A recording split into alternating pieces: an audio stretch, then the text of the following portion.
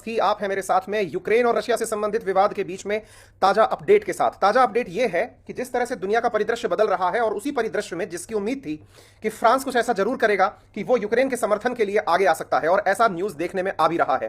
साथियों, हाल ही में फ्रांस ने यूरोपियन यूनियन के द्वारा लगाए गए प्रतिबंधों को बहुत सीरियसली लेते हुए रूस के एक जहाज को कब्जे में ले लिया है। जैसा आप मेरे साथ में इस समय न्यूज देख रहे हैं कि फ्रांस ने सीज कर लिया है सस्पेक्टेड रशियन ऑन्ड शिप को। आप यहां पर देख सकते हैं कि इनके द्वारा सीज किया गया है एक जहाज को, और जहाज को सीज करने का मतलब यह है कि इन्होंने बहुत सीरियसली जो कहा था कि अगर यूक्रेन के ऊपर रशिया के द्वारा किसी भी प्रकार का एक्शन लिया जाएगा तो ये अपने द्वारा सारे सैंक्शंस को तुरंत इंप्लीमेंट करने का कार्य करेंगे। ऐसी स्थिति में मैं आपको ताजा अपडेट की तरफ लेके चल रहा हूं और दिखाना चाह रहा हूं कि वर्तमान में यूक्रेन की स्थिति किस प्रकार से घातक हो रखी है। यह आज की अपडेटेड न्यूज आप देख रहे हैं, किस प्रकार से यहां पर कीव के ऊपर लगातार हमले हो रहे हैं। यह मिसाइल का हमला आपके सामने होता हुआ दिखाई दे रहा है। ठीक इसी क्रम में अगर आप देखते हैं तो यहां पर आपको एक वीडियो और दिखाई पड़ रहा है जिसमें कि आपको दिख रहा है कि एक महिला के शायद रोने की आवाज आपको आ रही हो और एक घर को इस प्रकार से टारगेट करके यहां पर दिखाया गया है। आप देख सकते हैं यहां पर इस प्रकार के नजारे जो दिखाई दे रहे हैं, आप उन्हें नोटिस कर सकते हैं कि कैसी स्थितियां यहां पर विकट बनी हुई हैं। चलिए तो आपको बताते हैं कि यहां पर जो घटनाक्रम आपको दिख रही है वो घटनाक्रम यहां पर फ्रांस के द्वारा एक रशियन जहाज को कब्जे में लिया गया है, और ये रशियन जहाज आपको यहां पर दिखाई दे रहा है। इस रशियन जहाज को अगर आप देखते हैं तो ये रशियन जहाज पकड़ा गया है इंग्लिश चैनल में। फ्रांस के अंदर एक जगह है जिसका नाम है कैलेस। कैलेस से ये जहाज चला था और चल करके ये इंग्लिश चैनल से होते हुए निकल रहा था। जब ये इंग्लिश चैनल से होकर निकल रहा था तो ये रास्ते में शिप को इंग्लिश चैनल में फ्रांसीसियों के द्वारा सीज कर लिया गया। जब ये कारण जानने का प्रयास किया गया कि आफ्टर ऑल इसे सीज क्यों किया गया है, तो यहां पर पता चला कि इन्होंने कहा कि इस जहाज के ऊपर एक ऐसा व्यक्ति बैठा हुआ था जो कि ऑलरेडी प्रतिबंधित था। प्रतिबंधित का मतलब यूरोपियन यूनियन ने जिसके ऊपर सैंक्शंस लगाए हुए थे, एक ऐसा व्यक्ति इस जहाज पर बैठ करके चल रहा था। ऐसा फ्रांस के द्वारा एलिगेशन लगाया गया। कहने का अर्थ यह है कि यहां पर कहा गया कि रशियन इंटरेस्ट टारगेट किए गए थे। यहां पर कैप्टन के द्वारा आरोप लगाया गया है कि यूक्रेन वॉर के अंदर जिस प्रकार के व्यक्ति यहां पर प्रतिबंधित हैं उन्हें देखा गया है। आपको मालूम होना चाहिए कि 25 फरवरी को जैसे ही रूस के द्वारा यूक्रेन पर हमला प्रस्तावित किया गया, तुरंत उसी के बाद में यूरोपियन यूनियन ने कई प्रतिबंध प्रस्तावित किए थे, और उन्हीं प्रतिबंधों को अगर आप देखते हैं तो उनमें से आपको एक यहां पर प्रतिबंध दिखाई पड़ता है, और वो प्रतिबंध है साथियों, ये है ट्रांसपोर्ट सेक्टर के अंदर होने वाला प्रतिबंध। ट्रांसपोर्ट सेक्टर से जुड़ी हुई न्यूज को आप यहां पर सुन सकते हैं। European leaders approved tonight clearly demonstrates that.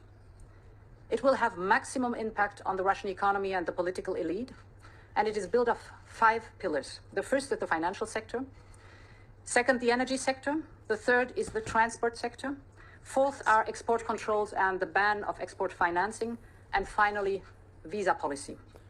तो आप यहां पर देख सकते हैं कि पहले से ही यूरोपियन यूनियन इस बात को कह चुका था कि हम ट्रांसपोर्ट से संबंधित चीजों के ऊपर प्रतिबंध लगाएंगे। और आपको मालूम होना चाहिए कि रशिया का जो अधिकांश व्यापार होता है वो इंग्लिश चैनल वाले रास्ते से और बाल्टिक सी से होकर के ही होता है। और ऐसी स्थिति में यदि यूरोपियंस के द्वारा व्लादिमीर पुतिन की तरफ से आ रहे जहाजों को ब्लॉक अगर किया जाएगा, ये कहते हुए कि इसके ऊपर जो व्यक्ति सैंक्शंस हैं वो बैठ के जा रहे हैं, तो ऐसी स्थिति में ट्रेड के हताहत होने पर निश्चित ही रशिया रिटेलिएट करेगा। और फ्रांस ने सबसे पहले कदम उठाया है इस विषय के ऊपर, और इसके परिणाम स्वरूप रशिया के द्वारा तुरंत फ्रांस के तरफ से प्रतिनिधि को कॉल किया गया है कि आपने ऐसा क्यों किया। अब एक और न्यूज देखिए, क्योंकि इस समय पर जिस तरह के अपडेट आ रहे हैं उसमें यह कहीं ना कहीं दिखाई पड़ रहा है कि रूस उन सभी लोगों को चेक कर रहा है जिन ने यह कहा था कि अगर हम पर हमला किया तो हम तुम्हें नाप देंगे। अगर आप देखें तो आपको मालूम होगा कि बाइडेन ने पुतिन को धमकी देते हुए कहा था कि आप हमारे नाटो नेशंस पर कोई हमला नहीं करेंगे। लेकिन आप देखें कि नाटो नेशंस पर हमला नहीं करेंगे, यह पुतिन का बाइडेन का एक पुराना डायलॉग है, अगर आपने सुना हो तो इन्होंने कहा था कि नाटो नेशंस पर आप हमला नहीं करेंगे, जो कि 27 देश हैं। और इन 27 देशों के अंदर अगर आप ये न्यूज पढ़ते हैं तो निश्चित ही आपको ये न्यूज चौंकाएगी। और आप देख सकते हैं 25 फरवरी के दिन की ये न्यूज है कि नाटो के जो एक अलाई है, यानी कि एक देश जो नाटो का सहयोगी है जिसका नाम रोमानिया है, उसके ऊपर ब्लैक सी में हमला कर दिया गया और रोमानिया के अंदर एक जहाज के ऊपर हमला किया गया रूस के द्वारा। यह न्यूज यूक्रेन की सेना ने दी है और उन्होंने कहा है कि अब रशिया ब्लैक सी में किसी की भी आवाजाही होने नहीं दे रहा है। एक बार के लिए मैं आपको मैप के माध्यम से इस बात को समझाना चाहूंगा। आप जरा इस मैप को ध्यान से देखें और समझने का प्रयास करें। ये जो आपको नजारा दिख रहा है ये ब्लैक सी है। ब्लैक सी जिस क्रीमिया के ऊपर रशिया ऑलरेडी कब्जा करके बैठा है, उसके पश्चिम की तरफ अगर आप चलते हैं तो ये यूक्रेन है। यूक्रेन के अंदर एक स्थान है जिसका नाम उड़ीसा है। इस उड़ीसा नामक स्थान पर से ही सारे हमले प्लान किए जा रहे हैं। वर्तमान में रोमानिया के जहाज पर यहीं से हमला किया गया है, ऐसा यूक्रेन का कहना है। ये जो आप लाल रंग में जिस स्थान देख रहे हैं ये वो सारे स्थान हैं जिन स्थानों के ऊपर 25 फरवरी के दिन ही रशिया की सेना ने कब्जा कर लिया था। एक प्रकार से यह समझिए कि इन क्षेत्रों क्षेत्रों तक तो रशियन सेना ऑलरेडी पहुंच चुकी है। ये इनकी राजधानी कीव है और इस कीव नामक राजधानी पर रशिया की सेना जो है वो पहुंच चुकी है। ये अपडेट आपको इस रंग से दिख रहा है, मतलब आप अंदाजा लगा सकते हैं कि रशिया की एंट्री कहां तक हो चुकी है।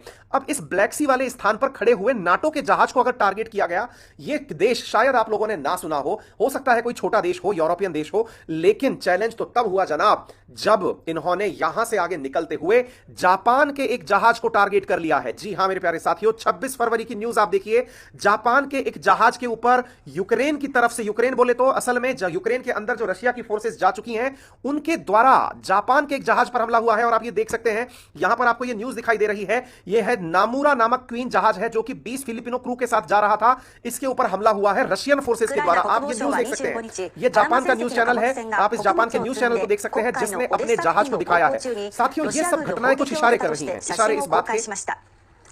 船舶情報サイトによると、この船の運航には日本企業が関係している可能性があります。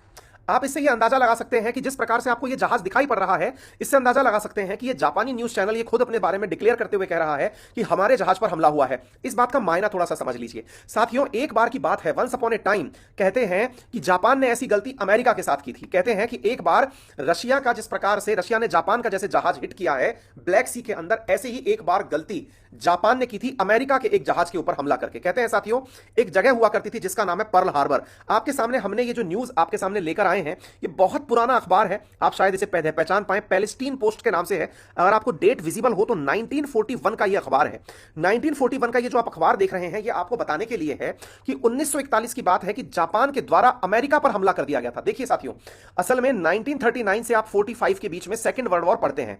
सेकेंड वर्ल्ड वॉर की शुरुआत में 39 से 41 के बीच में जापान बहुत एग्रेसिवली दुनिया के देशों पर कब्जा करता हुआ आगे बढ़ रहा था। जापान का दुस्साहस इतना बढ़ गया था कि इसने अमेरिका के एक पोर्ट पर हमला कर दिया।